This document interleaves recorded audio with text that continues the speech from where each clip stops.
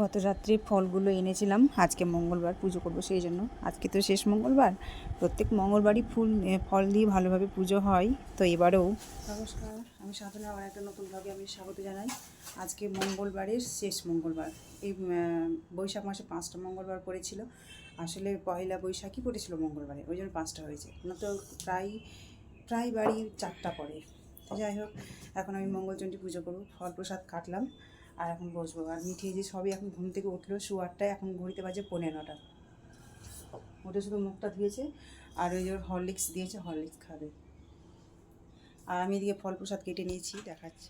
তো এই যে প্রসাদ কাটা হয়ে গেছে, সবটাই কেটে কুটে বসলাম। এখন শুধু ফুল ধুবো আর পুজো করব। ফুল এনেছিলাম,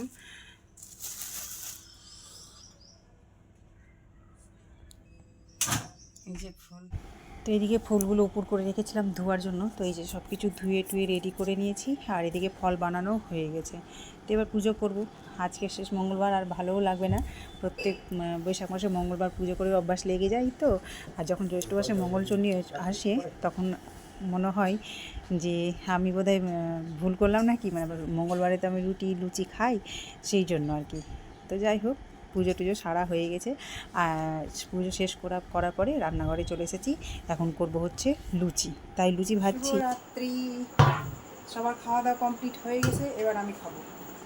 ওদেরকে খাওয়ানো হলো, খেলো সবাই, এখন আমার খাওয়ার পালা আর কি।